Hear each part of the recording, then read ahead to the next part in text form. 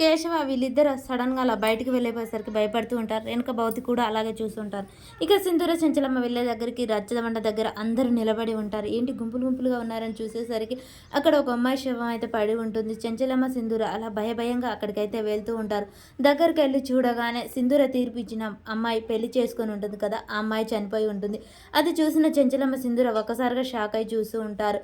ఇక అమ్మాయి చనిపోయి ఉంటుంది. మీరు ఇచ్చిన తీర్పు వల్ల నేనమ్మ ఆ రోజు పెళ్లి చేసుకోమని చెప్పారు కదా, అందువల్లనే ఈ అమ్మాయి చనిపోయింది అని చెప్పేసి అని అక్కడ ఉన్న ప్రజలంతా అంటూ ఉంటారు.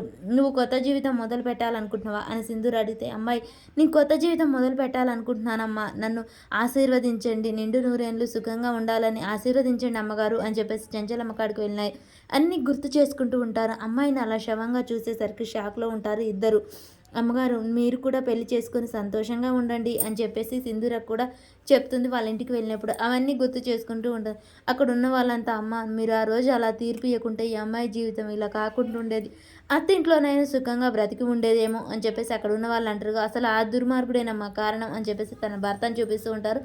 బాగా కొట్టి చెట్టుకి కట్టేస్తారు. ఆ దుర్మార్గుడేనమ్మా పెళ్ళైన మొదటి రాత్రి నుంచి రోజు అనుమానిస్తూ ఉంటాడు, రోజు తిడుతూ తాగుతూ అమ్మాయిని చిత్రహింసలు పెట్టాడు. అమ్మాయి తన బాధ భరించలేకే అమ్మాయి బావిలో దూకి చనిపోయిందమ్మా. అందుకనే ఆ ఆ దుర్మార్గుడు పెట్టే ఇబ్బందులు బాధలు పడలేకే అమ్మాయి పాపం బావిలో దూకి చనిపోయిందమ్మా. ఆ దుర్మార్గుని శిక్షించాలి, వదిలిపెట్టద్దు అని చెప్పేసి అక్కడ ఉన్న వాళ్ళందరూ మాట్లాడుతూ ఉంటారు. సింధూర అమ్మాయిని చూసి దగ్గరికి వెళ్ళబోతూ ఉండగానే చెంచలమ్మ ఒక్కసారిగా సింధూరే అక్కడ చనిపోయి ఉండింది అని ఊహించుకుంటూ ఉంటుంది. తనకు పెళ్ళంటూ జరిగితే ఇలా అయితే ఎలా అని చెప్పేసి చెంచలమ్మ ఆ అమ్మాయి మాటలు గుర్తు చేసుకుంటూ ఉంటుంది. నీ కోడలు కూడా పెళ్లి చేయండి అనగానే ఇక సింధూరే చనిపోయి ఉంది అనుకుని చెంచలమ్మ కళ్ళు గిరగిరా తిరుగుతూ ఉంటాయి. సింధూర అమ్మాయిని తాకబోయేసరికి చెంచలమ్మ గట్టిగా సింధూర చేయి పట్టుకుంటుంది. పట్టుకొని లాక్కొని అయితే వస్తూ ఉంటుంది.